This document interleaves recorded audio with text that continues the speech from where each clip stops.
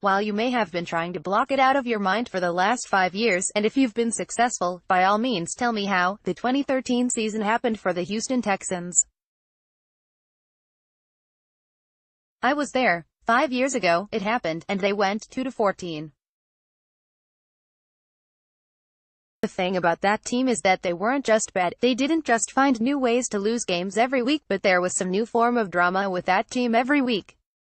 Matt Schaub throwing pick sixes, QB yo-yoing between Schaub and Case Keenum, Andre Johnson storming off the field, Ed Reed, injuries, and Gary Kubiak having some sort of stroke at halftime of a game.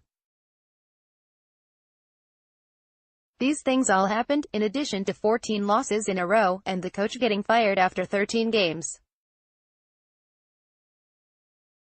Thus far in 2018, there are some 2013-esque cracks showing in the Texans season. Yeah, they're 0-3, but the way they're losing games looks a lot like the disaster of 5 years ago. Now, the drama seems to be ramping up, too, with outside linebacker Jadeveon Clowney saying today that he feels the way he was handled in training camp is directly affecting his performance so far this season. Are you excited about the way you're starting to play? I'm coming along.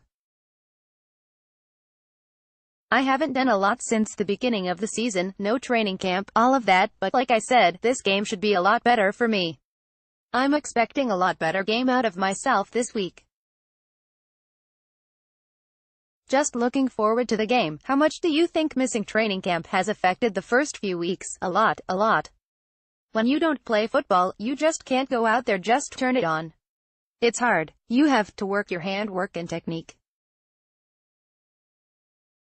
You have to actually do it. It's kind of hard, but once you get going, you get the feel back in the game, you'll be ready to go. And B, he was not injured coming into the season. With health being the no. What concern? Was there anything you could have or should have done to get ready for the season? Me? There wasn't anything wrong with me. Wasn't anything wrong with me. I was ready to go when I came back here. That's how I was told to be ready to go the minute you walk in the door, and I was. So, like I said, whatever happened back then, we're here now and just getting ready to prepare for the Colts and looking for a win this week. Why didn't you participate in training camp? I don't know. Did you ever ask the coaches why you weren't participating? No, that was not my problem. I play here, just try to get better and get ready for the season and stay on the field. Get ready to go this week. The weird thing is that he was pretty much treated like an injured player during training camp, and B, Romeo Crennel basically called him an injured player in his press session yesterday. Yeah, we've talked about guys returning from injury that a lot of times, they've got to get into the feel of it, they've got to feel comfortable with themselves. I think we saw it with J.J. Watt, and I think the same thing is occurring with Clowney, so add it all up, and that means that, at the very least, Clowney is implying he was mishandled during the preseason, and if we are to believe Clowney, at lowest level of conspiracy theory, this is the Texans trying to manipulate his street value in a contract year by handling him like he was injured. At the end of the day, it's one of those storylines that gets magnified when your team is winless. So, the Texans need a win this Sunday in Indy. What are some things to watch for? Let's take a look. Point 4. Start fast. You want to see a disturbing stat? Of course you do. How about this one? Update, can now confirm that the also have held a lead in a game for a grand total of 9 minutes and 42 seconds, a whopping 5.38% of all time played. This is insane. Paul Parkinson, at Parkinson13, September 27, 2018. It's hard to win games when you're paddling upstream the entire season. At this point in the season, I don't have confidence that O'Brien is going to scheme this team into any sort of early success. This is on the players to come out with a sense of urgency, take a lead, and allow the offense and the defense to not have to play so tight the whole first half. 3. Luck in a 10-yard box. Andrew Luck is not vintage Andrew Luck right now, not even close. If you watched the Colts play the Eagles last weekend, you saw a noodle-armed QB that looks a lot like Peyton Manning did in his final season, getting by on guile, guts, and brains. Luck is 31st in the NFL with 5.84 yards per attempt, and any ball he throws longer than 10 yards downfield has a noticeable amount of air underneath it. The Texans cannot let Luck chip away underneath like they let Eli Manning do last week. The good news is that the Colts don't have intermediate threats anywhere in the neighborhood of Odell Beckham and Sterling Shepard, nor a running back remotely close to Saquon Barkley.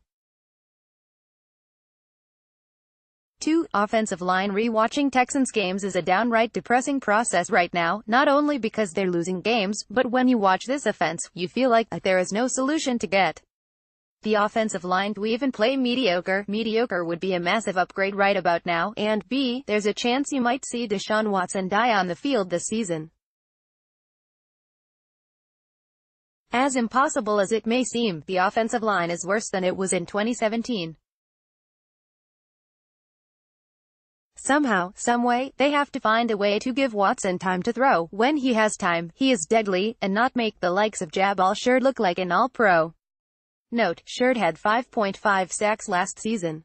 3 of them came against the Texans. 1. Encore. Watch AJ. Watt looked like he was back to his old self the first 2 games, but the stats on the box score weren't there to back it up. Last Sunday, they were. Watt made the Giants pay for starting a first-timer at right tackle, some dude named Wheeler, with 8 tackles, 3 sacks, and 3 tackles for loss. For now, it looks like it's 2014 all over again, where the weight of the world defensively is on Watt's shoulders. Sunday, he will be, once again, going against an offensive line versus whom he should feast. J.J. Watt has an overall grade of 91.0 and a pass rushing grade of 90.0. Both grades rank 3rd among Ds. This weekend, he'll match up with Denzel Good, who earned a grade of 44.6, 76th, and a pass blocking grade of 23.4, 74th, against the Eagles. Watch out for Watt. Weekdays. Also, follow him on Twitter at http://twitter.com/StPendergast and like him on Facebook at https://www.facebook.com/StPendergast.